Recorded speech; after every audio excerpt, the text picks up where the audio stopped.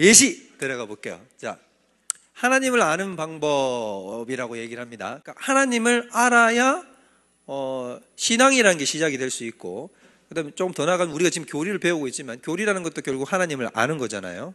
그러니까 하나님을 어떻게 해서 알 수 있는가에 대한 이야기를 해야 된단 말이에요. 첫 번째, 그럼 하나님을 아는 방법, 성경을 제외하고예요. 그러면 성경을 제외하고 인간이 그냥 보편적으로 하나님을 아는 어떤 신적 지식을 추구할 수 있는 방법은 뭐가 있느냐? 첫 번째, 신비주의가 있어요. 하나님을 알 수 있는 가장 좋은 방법은 자신 속에 빠져 들어가는 거라는 거죠. 그러니까 명상이라든지 기도도 저런 방식으로 기도를 하게 되면 어떤 기도가 되겠습니까?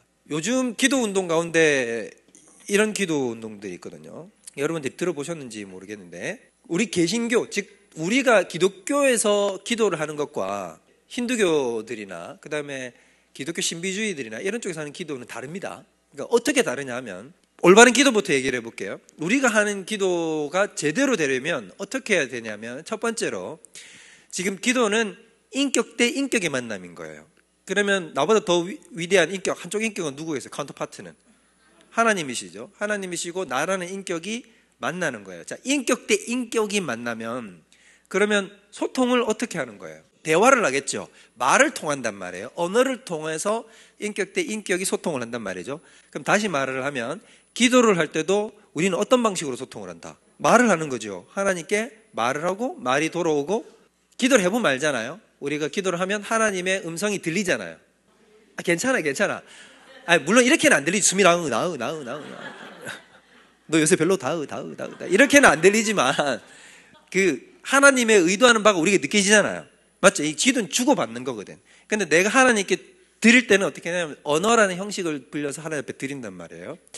자, 그런데 인격 대 인격의 만남이라는 것을 빼놓고 나서 어떻게 접근을 하게 되냐면, 잘못된 기도의 방식은 인격 대 인격으로 들어가지 않는 거예요. 그럼 어떻게 하게 되느냐? 만약 이제 불교 같으면 생각해요. 불교나 힌두교 같은 느낌이라면 대상이 인격이 아닌 겁니다. 기도의 대상이 인격이 아니에요. 이런 쪽들은 범신론이기 때문에 우주 만물이 그냥 어떤 하나의 에너지 형태고, 그게 그냥 그 신이에요. 인격적 신이 아니에요. 신이라고 해도 인격적 신이 아니에요. 어떤 거대한 그냥 자기보다 높은 어떤 초월적 존재에 불과한 거죠. 그러면은 말로 가지 않아. 말로 가지 않고 어떻게 가는 거예요? 명상이라는 거, 쉽게 말하면 명상을 하면 이렇게 침잠하잖아요. 깊이 침잠해서 들어가고 침묵하고 침잠해서 들어가서 자기 속에 있는 어떤 내면의 빛을 향해서 나아간단 말이에요. 이걸 이제 영어로 이너 라이트라 그래요. 자기 속에 빛을 향해서. 그래서 이너 라이트로 들어간다고 생각해가지고 그렇게 들어가는 거죠. 자, 제가 무슨 말을 하려고 하냐면, 개신교 안에도 이런 기도의 방식이 슬그머니 들어온단 말입니다. 들어와서, 혹은 묵상기도, 조금 더 나가면 이런 기도를 또 뭐라고 해요? 관상기도라고 불러요. 혹시 들어보셨어요? 관상기도, 관상, 볼관자, 상을 본단 말이에요. 그러니까 이야기를 나누는 게 아니라 어떻게 한다? 침묵으로 그저 상대를 바라본다 라는 거죠. 그래서 기도를 할 때 조심해야 되는 요소 중에 하나는 뭐냐면, 명상적 요소를 끌고 들어와서 그게 마치 우리의 기도인 것처럼 생각을 하면 큰 오해를 불러일으킬 수 있다. 뒤에 중국어입니까? 그래서 이런 거를 조심해야 되는 거예요. 물론 여러분, 우리가 기도를 할 때 하나님과 나 사이에 말 없는 대화가 오고 가요. 그러나 그때도 우리는 어때요? 이쪽 상대방이 누구예요? 인격이죠. 말 없이 우리가 서로 오고 가는 거예요. 말 없이 오고 갈 수도 있죠. 우리 예를 들자면 두 사람이 만나도 어떻게 할 수 있어요? 말 없이 서로 눈빛으로 이야기할 수도 있잖아요.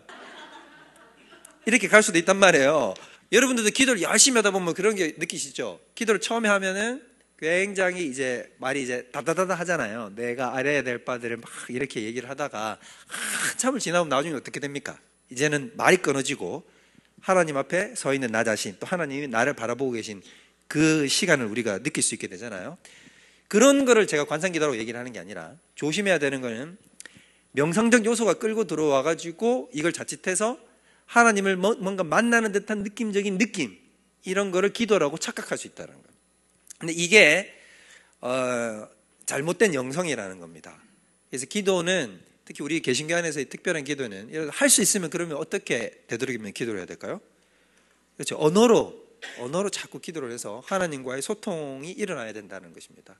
그래서 분명한 어휘로 분명하게 하나님 앞에 기도하는 거예요. 예를 들자면 예수님이 이렇게 기도하지 말라 그랬잖아요.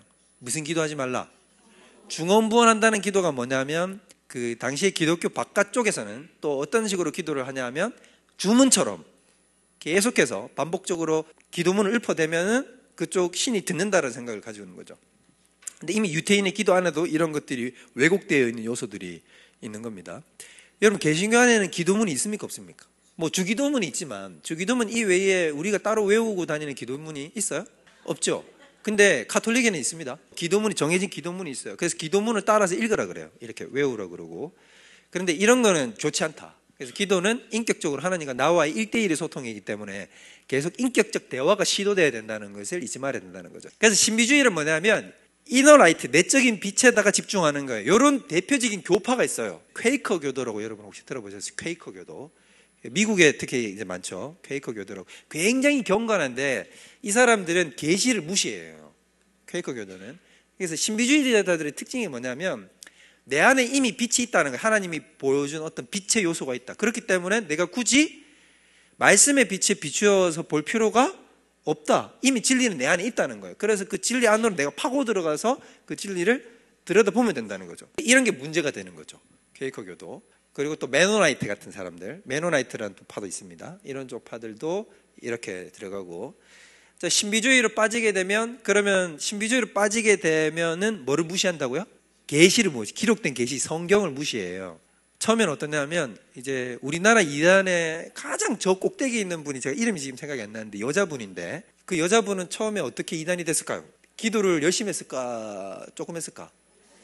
그렇죠. 열심히 하는데 기도만 열심히 하는 거죠. 기도만 열심히 하다 보니까 속된 말로 뭐가 돼버리냐면 용해지는 거야, 사람이. 용해지는 거죠. 용해지고 역사가 나타나고 이러니까 이제 어떻게 되냐면 그 다음 단계로 밟아 들어가는 게 뭐를 무시한다? 계시를 무시하고. 여러분, 계시에서 떠나는 순간 인간은 뭐냐면 죄인이라는 사실을 기억해야 됩니다. 그러면 그대로 삐뚤어져 나가요. 삐뚤어져 나가가지고 엉뚱한 길로 빠져가지고는 이제 이상한 소리를 막 해대기 시작하죠.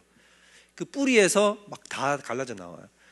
우리나라 이단들의 본산이 있습니다. 어딘 줄 아세요? 저기 저 건너편에 있는 저분도 거기 출신이시고, 뭐 하여튼 우리 대표적인 우리나라 대표적 이단들은 그 교주들은 다 거기 출신이에요.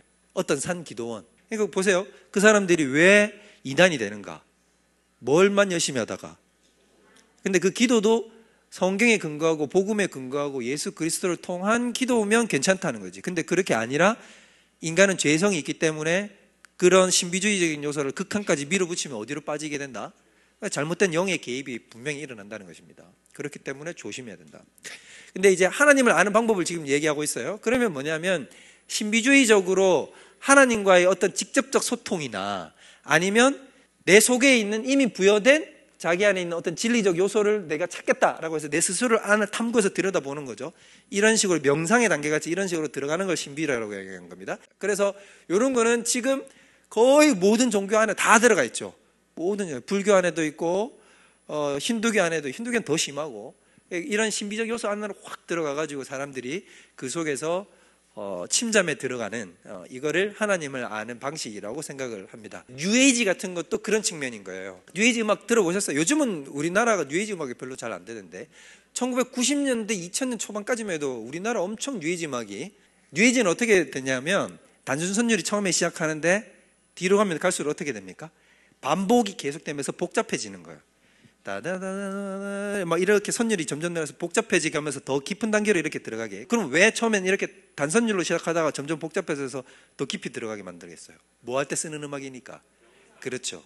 명상으로 들어가기 위한 음악적 요소가 있기 때문에 그런 겁니다. 그렇기 때문에 위험하다라는 거죠. 음악에도 뒤에 영적인 요소가 작동하는 것들이 있죠, 분명히. 그리고 음악이 굉장히 영적입니다. 음악이 굉장히 영적이에요. 여러분, 콘서트에 가면 왜 그렇게 미친 듯이 난리를 칠까? 여기도 계시잖아요. 콘서트 가고 여러분, 왜 그 가수한테 왜 그렇게 열광할까? 아이들 잘생겨서. 일단 목사님 그 비주얼을 보고 어떻게 우리가 근데 음악이라는 게 왜냐면 락이나 막 이런 데 보면 그 사람들이 왜 음악에 그렇게 열광을 하냐면 음악이 종교적으로 느낄 수 있는 우리 종교적 희열, 그거 가장 종교적 체험과 가장 유사한 게 바로 뭐냐면 음악이에요. 음악으로 인해 가지고 속된 말로 은혜 받는 거. 감동받는 게 뭐냐면 가장 종교적 체험하고 유사하거든요. 그러니까 사람들이 거기에 열광해서 빠져드는 게 뭐냐면 인간이란 존재 자체가 굉장히 음악적으로 구성이 되어 있고, 근데 음악적으로 구성되어 있는 건 원래 하나님이 의도한 거죠.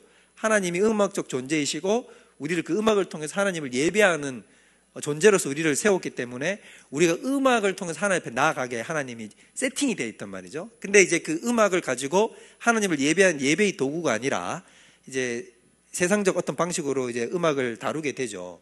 그러면 이제 사람들이 거기에 왜 그렇게 감동을 하냐면 우리 안에 있는 본연적 속성과 심연 가운데 뭐가 있냐면 음악을 통해서 감동을 느끼는 하나님을 통한 그 종교적인, 그러니까 자꾸 종교적이라는 말을 쓰니까 그런데, 그러니까 예배적 기쁨의 요소가 있단 말이에요. 근데 그거를 사람들이 가장 유사하게 체험할 수 있는 게 바로 그런 음악 속에서 있기 때문이라고 하는 것입니다. 그러니까 예술적인 것들이 그런 영적인 요소와 굉장히 밀접하게 연관되어 있는 거예요. 그래서 예술을 하시는 분들을 보면 나중에 가면 막 점점 이상해지는 거 많이 느끼잖아요. 여러분 비틀즈, 여기 비틀즈 세대 계시잖아요. 그죠? 비틀즈 세대 아니십니까? 그렇죠. 비틀즈가 딱 처음에 등장하면서 비틀즈가 처음에는 굉장히 젊은이들끼리 그냥 일반적인 락밴드거든요. 비틀즈도 그냥 락밴드예요. 영국의 그냥 전통 밴드란 말이에요. 근데 하다가 얘네들이 나중에 가면 갈수록 사상이 어디로 가냐면 뉴에이지로 흘러가요. 자꾸 이상하게 뭔가 그래서 이상한 사상 쪽으로 막 들어가잖아요. 노래도 이상해지잖아요. 자꾸 뒤로 가보면. 그러니까 이런 것들이 뭐냐면 결국에는 음악의 아주 깊은 요소 안에는 영적인 요소가 있기 때문이라는 것입니다. 그러면 기독교에는 신비적 요소가 있을까요? 없을까요? 있어요. 기독교 안에도 신비적 요소가 있습니다. 우리 개신교 안에도. 저는 그렇게 생각해요. 신비적 요소를 잃어버리는 순간 기독교는 또 기독교가 아니에요. 당연히 신비적 요소가 있죠. 왜냐하면 하나님은 우리보다 더 훨씬 더 초월하신 분이시기 때문에 당연히 그 사이에는 이성을 뛰어넘는 신비적 요소가 있습니다. 그러나 신비적 요소를 추구하는 것하고 신비적 요소가 있는 걸 받아들이는 것하고는 달라요. 그러니까 이게 무슨 말이냐면 신비 속에는 사람들이 어떤 걸 느끼냐면, 이런 표현을 자꾸 하기 그런데 종교적 희열이 있단 말이에요. 그렇기 때문에 사람들이 자칫하면 어디로 흘러 들어갈 수 있냐면 자꾸 그걸 추구하다가 신비주의로 들어가는 거죠. 그러니까 이 말이에요. 자, 예배를 드리면 기쁨이 있죠. 기쁨을 얻기 위해서 예배를 드리게 되는 겁니다. 그렇게 되면 뭐가 되는 거죠? 주객이 전도되기 시작하는 거예요. 이게 굉장히 여러분 미묘한 지점입니다. 그리고 제가 볼 때 기독교인들의 아주 상당수, 저는 생각보다 퍼센티지가 높을 거라고 생각해요. 전 너무 지금 퍼센티지를 제가 높게 부를까 봐 지금 일부러 얘기를 하지 않는데, 굉장히 상당수의 그리스도인이 여기 함정에 빠져 있어요. 예배가 무엇을 위한, 나의 종교적 희열을 위한 도구로 전락을 하는 거죠. 근데 이거를 자기 스스로는 뭐라고 생각을 하냐면 나는 지금 하나님을 경외하고 있는 것이다 라고 생각하는 착각 속에 빠져 있는 거죠. 그럴 때는 하나님이 어떻게 할까요? 그 희열을 끊어요.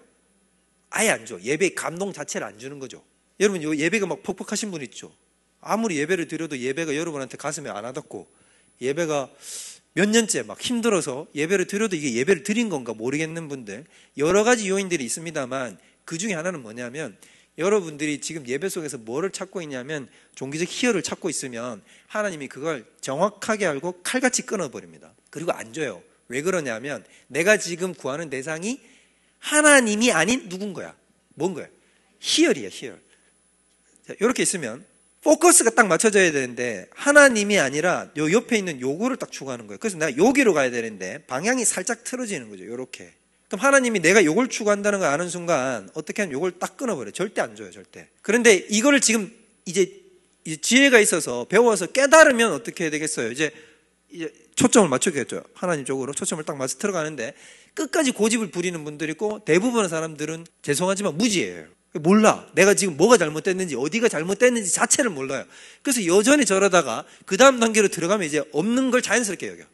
아, 예배는 들어도 초반에만 뭔가 반짝 하는 게 있고, 그 다음부터는 그냥 없는 게 그냥 그게 당연한 거구나 라고 생각을 하는데, 여러분 천만에 만만의 말씀이다. 왜 내 안에 예배의 기쁨이 없고 찬양을 불러도 밍숭맹숭하고 기독교가 마치 뭐라고 오래된 부부끼리 있는 권태기를 맞은 부부 같은 느낌, 이게 잘못된 겁니다.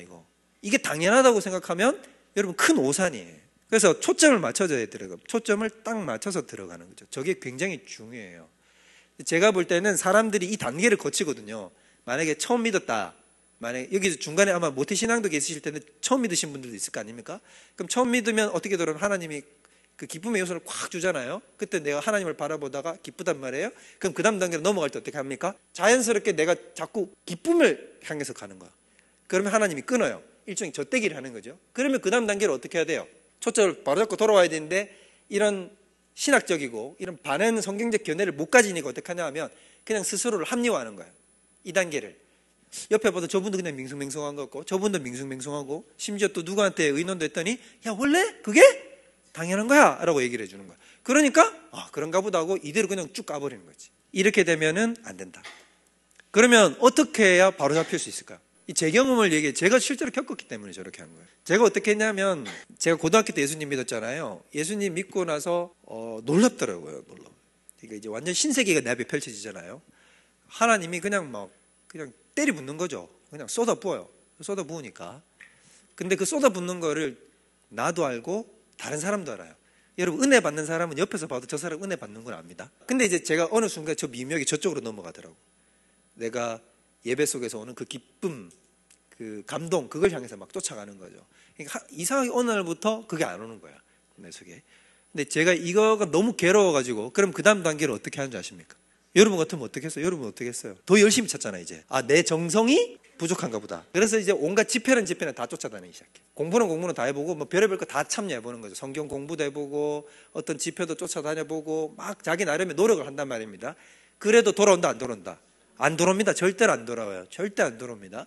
제가 한 5년 가까이 이렇게 씨름한 것 같아요. 5년 가까이 그러지 누가 가르쳐 주질 않으니까 이 교리반 같이 이런 반이 있으면 말이지 듣고 빨리 돌아갔을 텐데 누가 안 가르쳐 주는 거죠. 저는 몰랐어요. 그런데 어느 날 제가 대학교 이제 한 2, 3학년쯤 되는 것 같아요. 그때 이제 제가 체포를 드리면서 무슨 생각이 내 안에 언뜻 탁 들어오냐면 내 안에 항복 선언을 하는 거예요. 하나님한테 어떤 항복 선언을 하냐면 이렇게 하나님 저 안에 느껴지는 바가 없어졌습니다. 내 안에 아무것도 다시 하나님 앞에 다가갈 때 기쁨이 느껴지지 않아도 좋습니다. 나는 아무것도 없어도 주님을 찬양하겠습니다. 저는 주님을 예배하겠습니다. 마음이 내 안에 딱 들어오더라고요. 그때가 제가 뒤집어지는 전환이 생겨나는 계기였어요. 이젠 다 필요 없어. 내 마음속에 딱 필요 없고 아무것도 필요 없으니까 하나님만 나는 보고 갈 거야. 그러니까 어떻게 됐을까요? 그 즉각 돌아와요. 그 즉각으로 돌아오면 어떻게 된다? 더 위로 올라가요. 내가 처음에 받는 것보다도 더 위로 올라가는 거죠. 그러니까 여러분들이 마음을 딱 잡아야 되는 게 뭐냐면 나는 그런 것이 없어도 좋다. 나는 누구만을 예배한다. 하나님만을 예배하고 예수님만을 찬양한다는 그 내 안의 중심 오직 예수, 오직 하나님이라는 요소가 내 안에 딱 강력하게 자리 잡으면 하나님은 그게 선물이잖아요. 왜 주고 싶지 않겠어요? 중심이 잡혀있는 아들, 딸한테 더 주고 싶지. 이제 우리 아들 정신 차렸네. 우리 아들 제자리로 돌아왔구나. 그러면 아빠는 더 망설임 없이 줘요. 그런 거예요. 이렇게 자리를 잡혀 있으면 충분히 가능한 것이다. 그리고 세월이 지나가고 더 신앙 연수가 깊어지면 깊어질수록 이런 메커니즘도 훨씬 달라지면서 기쁨의 강도도 정도도 질도 훨씬 더 상승합니다. 그렇기 때문에 내가 10년, 20년씩 믿었기 때문에 난 밍숭맹숭한 게 당연하다. 이러면 큰 오산이라는 것 여러분들 반드시 명심해 두셔야 되고, 내가 예배 도중에 뭔가 제대로 하나님과 소통이 되지 않는 것 같다. 그러면 이미 사실 그게 문제가 있는 게 내가 이미 느끼고 있다면, 그래서 바로 잡아서 들어가야 된다는 거죠. 신비적 요소가 분명히 기독교 안에도 있습니다. 그래서 그 신비적 요소를 무시해서는 안 되고 또 신비적 요소를 충분히 즐겨도 돼요. 그러나 신비 그 자체를 추구해서는 안 된다. 우리가 추구할 건 신비 그 자체가 아니에요. 우리는 예수님이시고 하나님이시고 인격적이신 바로 그분이시지, 우리가 그 신비 자체를 추구하면 분명히 틀어진다는 거예요. 틀어지면 어디로 가느냐? 잘못된 쪽으로 빠지게 돼 있다. 그럼 두 번째는 뭐가 있느냐? 반대쪽. 신비 쪽으로 가는 게 아니면 여기 본 것처럼 완전 반대로 가는 거죠. 오로지 어떤 방식으로만 하나님을 알아간다. 이성적 철학적 추론을 통해서 하나님에 대해서 묵상하고 고민하고 생각하다 보면 신적인 지식을 얻을 수 있다. 굳이 계시가 필요 없다라고 생각하는 이런 사람들도 있습니다. 틀렸어요. 저것도. 저는 왜 틀렸을까요? 열심히 연구하면 왜 안 될까요? 이성의 한계도 분명히 존재하죠. 자, 일단 이성의 한계라는 건 하나님은 우리의 이성의 정도를 넘어서죠. 그렇기 때문에 순전히 우리 이성 머릿속 안에다가 하나님을 가둬둘 수가 없기 때문에 이성으로만은 한계가 있다.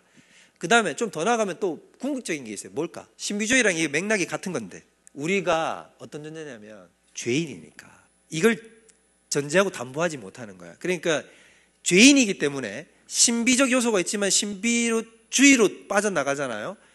그러니까 기도나 영적 생활을 통해서도 잘못하면 하나님 없이 그 계시가 없이 가게 되면 어떻게 되냐면 잘못된 방식으로 뒤틀어지잖아요. 마찬가지로 이성도 죄의 오염이 되어 있습니다. 이성도 우리 전적 타락 배웠죠? 전적 타락이라는 것은 지성과 감정과 의지, 인격적 요소 전체에 뭐가 들어가 있냐면 죄가 개입되어 있단 말이에요. 그래서 우리가 어느 정도 정상적으로 작동하는 부분이 있지만 죄성에 의해서 조종당한단 말이에요, 우리 안에. 그렇기 때문에 이성도 가만 내버려 두면은 자연스럽게 선을 생산해내는 것이 아니라 그대로 놔두면 어디로 간다? 하나님이 아닌 방식으로 뒤틀려 간단 말입니다. 그럼 이런 방법들이 실패할 수밖에 없는 이유는 무한하심, 영원하심, 완전함과 거룩함과 같은 하나님의 성품은 인간의 이성이나 직관을 어떻게 하기 때문에 넘어서기 때문이라는 거죠. 우리의 한계를 넘어서는 지식이기 때문에 우리의 이성적 추론만으로 여기에 결론에 도달을 할 수가 없다라는 것이죠. 그 다음 두 번째, 이성도 마찬가지고 신비적으로 영적인 소통을 하거나 자기 안에 있는 이너라이트를 자꾸 들여다보려는 요소들도 잘못되었다라는 거죠. 현대에는, 요즘 시대에는 이게 강할까요? 이게 강할까요? 이성이 강하다. 자, 그 다음에 신비주의가 강하다. 이성이 강하다가 좀 많네요. 둘 다 강해요. 아니, 근데 여러분들이 지금 약간 오해하는 측면이 있어요. 그래서 제가 본 거예요. 사람들이 오해하기를 지금은 이성의 시대라고 생각을 해요. 그리고 사람들은 영적인 것을 배제하고 이성적으로 쫓아간다고 생각하잖아요. 근데 그렇지 않다. 사람들은 하나님이 영적으로, 영적인 존재로 만들어놨기 때문에 이 영성이라는 것을 포기할 수가 없어요. 인간의 고유한 요소이기 때문에. 그러면 영성이라는 것을 포기할 수 없으면 영적인 존재니까 올바른 영적인 지식은 하나님과의 소통에서 나오지 않습니까? 근데 사람들은 어떻게 했냐면 이미 우리가 그 전에 제가 저번 시간에 살펴보았지만 철학적으로 이렇게 흘러오면서 어떻게 되냐면 사람들은 이미 기독교라는 것을 배제시키기 시작했단 말이에요. 이제 근원적 답에서 이제 빼버렸단 말이에요. 그러니까 이제 어디로 가냐면 기독교를 빼버리고 나면 사람들은 순전히 이성으로 갈 것 같잖아요.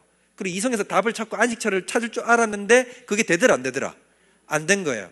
자, 요렇게 갔는데 안 된 게 뭐였냐면 결정적인 사건이 세계 1, 2차 대전이에요. 19세기 때 어떻게 됐냐면 굉장히 사람들이 유행했던 게 뭐였냐면 이제는 유토피아가 온다고 생각했어요. 인간 이성이 이제 반개하고 영국 같으면 빅토리아 시대인 거예요. 여왕이 있고 이제 막 세계 각지로 이제 제국주의의 물결이 뻗어나가고 빠르게 세상에 새로운 신세계들이 발견되고 문명화되고 있는, 지구가 빠르게 문명화되고 있었잖아요. 그러니까 사람들이 뭐라고 생각을 하고 있었냐면 이젠 이성의 시대가 왔고 계몽의 시대가 왔고 이제 이대로 조금만 더 가면 뭐가 올 것이다. 유토피아가 될 수 있을 것이다. 사람들이 이제 죄를 저지르는 것도 뭐가 부족해서다. 교육이 부족했었기 때문에 우리가 교육 제대로 완비하고 사람들에게 올바른 교육을 시키면 사람들도 개화되고 문명화되어서 더 이상 이런 야만적이고 올바르지 않은 행동들을 하지 않을 것이며 인간들은 굉장히 이성적 사고를 하고 감정에 치우친 행동과 이런 것들을 하지 않게 될 것이다라고 생각을 했는데 인간성이 말살되는 걸 눈앞에 본 거예요. 몇백만 명씩 학살을 하고 인종 청소를 하고 자기들끼리 총뿌리를 겨누고 그리고는 가장 선진사회라고 자부했던 유럽사회가 초토화되는 걸, 그리고 한 번으로 끝난 게 아니라 두 번의 전쟁을 통해 가지고 몰락하는 걸 경험했거든요.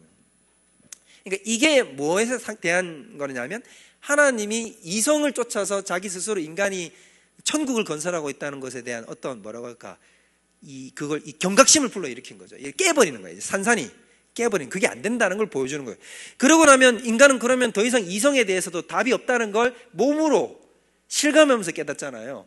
그러면 근데 아까 영성에 있는 부분을 사람이 포기해버렸잖아요. 기독교는 답이 아니라고 포기해버렸으니까 그럼 사람들은 영적인 요소를 또 이성도 아니라고 답을 발견했고 그럼 또 어디로 갈까? 영적인 요소는 아까도 얘기했지만 우리는 본질적으로 영적인 존재이기 때문에 이걸 포기할 수는 없어요. 그러면 답이 아닌 거, 답을 배제시켜 놓으면 답이 아닌 걸 들이마시게 되어 있다는 겁니다. 자, 우리는 물을 마셔야 살잖아요. 근데 만약에 상수도가 끊어져, 맑은 물이 끊어지면 안 마시고 살 수 있어요? 안 되잖아요. 그럼 더러운 물이라도 어떻게 한다? 집어삼키는 거예요.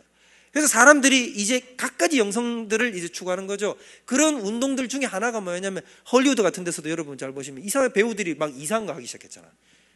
여러분 리차드 기어 같은 사람이 어디에 많이 빠졌었습니까? 티베트 불교 아세요? 사람들이 왜 그렇게 유럽 사회에서 불교가 엄청나게 유행을 하고 미국 사회에서나 이런 데서 뉴에이지나 힌두교적 사상들이 왜 그렇게 유행을 하게 되냐면 어떤 영적 대안으로서 자기들이 발견하게 된 데를 동양으로 시선을 돌려가지고 거기서 발견해서 캐낸 게 바로 그런 거예요. 사람들은 영적인 존재이기 때문에 영적인 것이 하나님을 향해서 영적인 것이 해소가 되지 않으면 반드시 이상한 쪽으로 영적이 해소가 돼요. 그래서 오늘날 사람들이 양쪽 극단을 달려요. 아예 이제 완전 유물론적 사고에 쩔어서 완전 과학주의라 그러죠. 과학주의적으로 들어가 가지고는 이제 영적인 것들은 아예 인정을 하지 않고 도외시해버리고 배척해버리는 사람들이 있습니다. 반대적으로 가면 오늘날 한국 사회가 여러분 우리나라 공식으로 등록된 점쟁이들만 몇몇 명? 우리나라에 공식으로 점술가 협회가 있습니다. 거기에 등록된 점쟁이만 60만 명이. 60만 명이 감이 안 오시죠? 우리나라 전체 군인이 60만 대군이라 그럽니다. 60만 대군. 우리나라 군인 숫자만큼 뭐가 있다는 거예요. 점쟁이가 있어요. 근데 이 통계도 2000년 초반대 통계예요. 20년 지난 지금 통계는 어떻게 했을까요? 더 많아요, 더 많아. 한국 사회는 더 미신적으로 치우쳐요. 더 미신적으로 치우치고 더 이상한 쪽으로 치우칩니다. 그럼 여러분 코로나 때 보세요. 코로나 때 문제가 돼가지고 사람들한테 한 손가락 들으면서 소리 듣던 데가 다 어디였습니까? 그렇죠. 신천지부터 시작해가지고 한국교회 가운데 이상하게 소문났고 뭐 잘못된 교회들이 하나같이 다 제가 보니까 한 군데도 안 빠지고 다 드러난 것 같아요. 그러니까 무슨 말이냐면 이런 걸 여러분 잘 보면 잘 보시란 말이에요. 이런 거 영적인 눈으로 잘 봐야지. 아, 거기는 뭐 그냥 가가지고 집단 가면 코로나 바이러스 거기를 돌았나 봐. 그게 아니라 하나님이 지금 우리한테 뭘 얘기하는 걸까? 한국 사회가 지금 어떻게 돼 있다는 거예요. 지금 영적으로 굉장히 부패해 있고 밑에 지하에 영적 세계가 굉장히 부패해 있고 이것이 그냥 수면 위로 떠오른 게 세월호고 이것이 수면 위로 떠오르는 게 코로나 사태 때 그 난리를 치는 거고 나라 전체가 지금 정치 안에서도 난리가 나는 거잖아요. 그러니까 이런 것들을 우리가 유심히 잘 봐야 된단 말이에요. 그러니까 대한민국 사회 가운데 가장 문제가 있는 영역은 뭐냐? 정치, 경제, 문화 영역이 아니에요. 어딜까요? 영이에요. 영이 타락했어요 지금. 근데 우리는 이 심각성을 모르잖아요. 그저 우리는 세상 사람들은 영적인 요소를 무시하니까 상층부에 드러난 물 밖에 나와 있는 빙산의 일각만 쳐다보는 거, 위에 것만. 근데 실제로 감춰진 90%는 뭐가 있는 거예요 지금. 그래, 영이 타락했단 말이에요. 그러면 생각해보면 다시 영이 타락했다는 건 누구 책임이에요? 교회 책임이지. 한국교회가 썩었다는 얘기예요. 한국교회가 정화의 기능, 영적인 요소를 새롭게 하는 기능, 하나님의 뜻과 말씀을 따라서 가는 기능을 상실하고 있다는 거예요. 그러니까 이 모든 사태 뒤에는 하나님의 지금 강력한 경고가 있는 거예요. 한국교회 정신 차려라가 있는 거죠. 근데 우리는 모르잖아요 이게. 이런 것들을 우리가 잘 봐야 됩니다. 오늘날 사회는 이쪽으로만 치우치지 않습니다. 이쪽으로도 극단을 향해서 갑니다. 한국 사회도 극단을 향해서 가고 전 세계적으로도 똑같아요. 전 세계적으로 굉장히 유행하는 게 뭐냐면 별자리 점. 우리나라는 잘 모르는데 그 세계적으로는 그 별자리 관련된 점이 있죠. 이거 완전 시장 규모가 엄청나요. 어마무시하게. 그리고 매년 성장합니다. 매년 성장하고 있고 매년 확대되고 있고 반대적 양쪽 극단으로 향해서 사람들이 막 나가요. 그러면 여기에 쫙 보세요. 인간의 배고픔이 느껴지지 않습니까? 인간의 목마름이 느껴지지 않나요? 왜 사람들이 저렇게 신비적 요소에 미친 듯이 따라 들어가고. 여러분 지금 대구에 그 보셨어요? 기사 봤어요? 그 신천지 거기 10만 명 수료했다며. 한 해에 나온 사람만, 올 한 해에 나온 사람만 10만 명이 등 수료자 14만 4천 넘어간 지 옛날이에요. 제가 전에 말씀드렸잖아요. 14만 4천이 넘어가서 자기들 안에 대책을 세운 게 뭐냐? 요 안에 가라지가 있다는 거야. 그래서 그 가라지를 골라내는 방법을 어떻게 했는 줄 아세요? 시험 쳤어요. 시험. 교리 시험 쳤어. 교리 시험 쳐가지고 1등부터 14만 4천 등까지 지은 거지. 별짓 다 한다, 그죠? 이제 이게 무슨 말이냐면, 그러면 잘 생각해 보라고요. 그러면 그 신천지에 그렇게 수많은 사람들이 몇만 명씩 들어가지고 한 해 지금 나온다는 얘기는, 그럼 원래 그 사람들 다 어디 있던 사람이라는 얘기예요? 교회에 있던 사람들이라는 겁니다. 그럼 그 교회에 있던 사람들은 왜 신천지로 넘어갈까요? 자, 여기 신천지 분 한번 얘기 좀 해주세요. 나는 왜 글로 넘어가게 되었다. 여러분 왜 거기로 넘어갈 것 같아요? 왜? 여러분 같으면 자, 내가 왜 신천지로 갈 것 같아? 신천지에서 1번 타자로 챙기는 사람들이 누군지 아세요? 대상. 첫 번째 청년, 젊어야 돼요. 체력이 만땅을 차야 돼요. 체력이 있어야 돼요. 그 다음에 두 번째 뭐냐면 목사는 절대 안 돼요. 목사 아들도 안 되고, 장로님들도 좀 안 된다고 생각해요. 그리고 뭐라고 생각하냐면, 성경을 많이 읽은 사람을 좋아할까요? 성경을 적게 읽은 사람 좋아할까요? 많이 읽은 사람. 왜? 그렇죠. 쉽게 말하면 신천지에서 원하는 사람들 어때요? 종교적 열심히 있는 사람을 원해요. 근데 잘 보면, 다시 잘 보세요. 아까 제가 저 칠판에 나와 있는 그림, 칠판 한번 띄워주세요. 칠판 그림. 내가 하나님을 추구하는데 뒤틀리면 하나님이 준다 그래서 안 준다 그랬어요. 안 주잖아요. 근데 내 안에는 갈급해. 갈급하니까 어디로 간다? 아까 얘기했지만 이제 뭐든 열심히 찾는다 그러잖아요. 그 단계에 있는 사람들은 이 단계 제일 좋아한다고. 네가 원하는 뭘 주겠다? 바로 그걸 우리가 주겠다. 네가 지금 마음속에 그 감동이 없고 이게 없는 건 뭐 때문이다? 네가 진리를 만나지 못했기 때문이다. 그래서 네가 진리를 만나게 되면 네가 원하는 바로 그것이 네 속에 그대로 채워진다. 그리고 실제로 신천지를 가게 되면 그게 채워질까 안 채워질까? 채워져. 왜냐면 삐뚤어져 있으니까. 나는 삐뚤은 걸 원했으니까. 거기는 실제로 삐뚤니까. 나는 삐뚤은 걸 원했는데 거기가 주는 것도 뭐예요? 삐뚤은 거겠죠. 그러니까 희한하게 자기의 가치와 그 교단의 가치가 일치하는 거야. 정확하게 맞아 떨어져 버리는 거죠. 그러니까 거기 가면 찌리찌리하죠. 자기가 원하는 게 가득합니다. 왜 사람들이 그렇게 신사도주의에 빠져드느냐? 청년들이. 그리고 이단들에 가면 왜 그렇게 청년이 많은가? 청년들은 이걸 구하거든요. 청년들은 쉽게 말하면 뭐냐면 전통에 의해서 종교 생활을 할 수가 없거든. 자기들은 진짜를 원하거든. 진짜를 원하는데 진짜가 발견되지 않는 거예요. 그러니까 제대로 된 지식을 못 갖추니까 유사 진리에 빠져가지고 거기 확 들어가 버린 거란 말이에요. 그래서 제가 너무 안타까워요. 그게 조심해야 되는 거죠. 그러면 보세요. 그럼 더 나아가서 얘기 좀 해보자면, 그러면 그렇게 교회 안에서 허덕이는 사람들이 있는데 영적으로 빈곤에 차서 신앙생활은 열심히 하고, 아마 우리 가운데서도 가장 영적으로 빈곤한 사람들은 누가 있을 거냐면 직분자들, 간사들, 리더들, 제일 영적으로 허덕일 거예요. 아이러니하게도. 그러면 어떻게 해줘야 돼요? 교회가 바로잡아줘야지. 바로잡아줘야 돼요. 근데 우리는 그게 안 이루어지면, 그리고 잘못된 걸 끊임없이 내 고집을 부리고 구하면, 그러면 누구의 오면 딱 사단이 우는 사자가 줄을 찾는다니까. 여러분, 시대가 이렇게 험악한 시대예요. 그래서 약간 말이 길어졌지만 이 얘기했죠. 예수님이 뭐라고 그랬어요? 말세 때 선택된 자들도 어떻게 해서라도 빼내려 그런다 그러잖아요. 어떻게 해서든지 우는 사자같이 빼내려 그런단 말이에요. 그게 뭐냐면 내가 삐뚤어진 걸 이쪽을 딱 원하면 사탄은 여기에 원하는 걸 던져준다니까. 원하는 걸 던져줘요, 여러분에게. 신비적이고 눈에 보이고 가시적이고 능력 있고 파워풀한 걸 보고 싶잖아요. 이거다 싶은 거야. 엑스타시를 원하잖아요. 그럼 엑스타시를 던진다니까. 그래서 마지막 날은 어떻게 한다고? 하늘에서 불을 내려서라도 여러분에게 만족하는 그걸 준단 말이에요. 그럼 넘어가는 거야. 100% 넘어가는 거지. 조심해야 된다라는 것입니다. 그래서 중심을 잡고, 여러분 이렇게 배우는 게 중요한 이유가 뭐냐면, 배우지 않고 계시 중심으로 나아가지 않으면 반드시 삐뚤어집니다. 그게 우리의 중심이 되어야 된다는 걸 보여주는 거예요. 만약 이런 방식으로 하나님을 온전히 아는 것이 가능했다면 성경을 왜 적겠어요? 만약에 저게 정말로 그렇다고 한다면 하나님이 66권이라고 하는 우리 성경 일독하는 데만 1년이 걸리는 1178페이지짜리를 줬을 거다 안 줬을 거다? 안 줬을 거다. 그죠? 근데 주신 이유가 뭐다? 저것만 갖고는 안 되니까. 간단한 것 아닙니까? 성경이 존재한다는 사실 자체가 이미 저런 거로는 된다 안 된다? 안 된다는 걸 보증해 준다는 거죠. 그럼 우리의 절대 원칙, 첫 번째, 시작.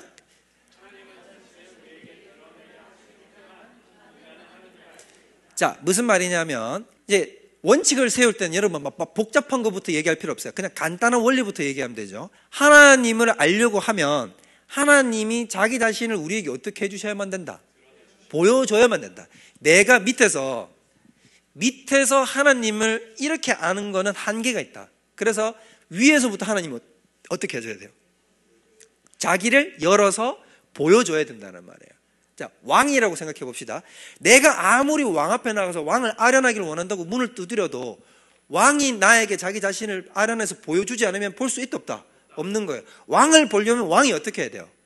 그렇죠. 자기 처소에서 나와서 나를 만나줘야 돼요. 그렇지 않으면 왕을 볼 수 없는 거예요. 마찬가지라는 거예요. 하나님이 자기 자신을 열어서 우리에게 보여주시지 않는 이상 우리는 절대로 하나님을 볼 수 있는 가능성이 없어요. 자, 2차원에 갇힌 얘. 자, 2차원에 갇힌 수민이. 얘가 있는데 얘는 이 안에 있는 동안에 이쪽을 볼 수 있다 없다? 죽었다 깨어나도 볼 수 있다 없다? 없는 거예요. 그렇기 때문에 얘한테 이쪽을 보여주려면 나는 이쪽에 있잖아요. 그러면 얘는 나를 못 보니까 내가 얘한테 나를 드러내서 보여주지 않으면 얘는 나를 알 방법이 없는 거예요. 무슨 뜻인지 이해되시죠? 바로 이거란 말이에요. 이거. 그렇기 때문에 하나님이 이쪽에다 들어와서 나한테 나를 보여주고 나는 이런 존재야라고 말을 걸어주지 않으면 얘는 자기 나름의 방법을 통해서 이쪽 세계를 알 수 있는 방법이란 1도 없단 말입니다. 오케이? 자, 두 번째 시작. 뭐 같은 내용이에요. 자, 우리는 스스로의 힘으로는 된다 안 된다? 안 된다. 그 다음 여기 하나님을 닮기에 너무나 작다. 이성은 작아요. 네 번째 시작. 받게 되었다. 자, 마지막 시작. 그렇죠. 그래서 이제 마지막 결론은 뭐냐? 이래서 계시가 필요하다는 필요성이 대두되는 거예요. 그래서 우리는 스스로의 힘으로는 하나님을 알 수 없고 오염되어 있고 한계가 있는 존재다. 따라서 우리는 어떻게 해야만 하나님을 알 수 있다? 계시가 우리에겐 필요합니다라는 거죠.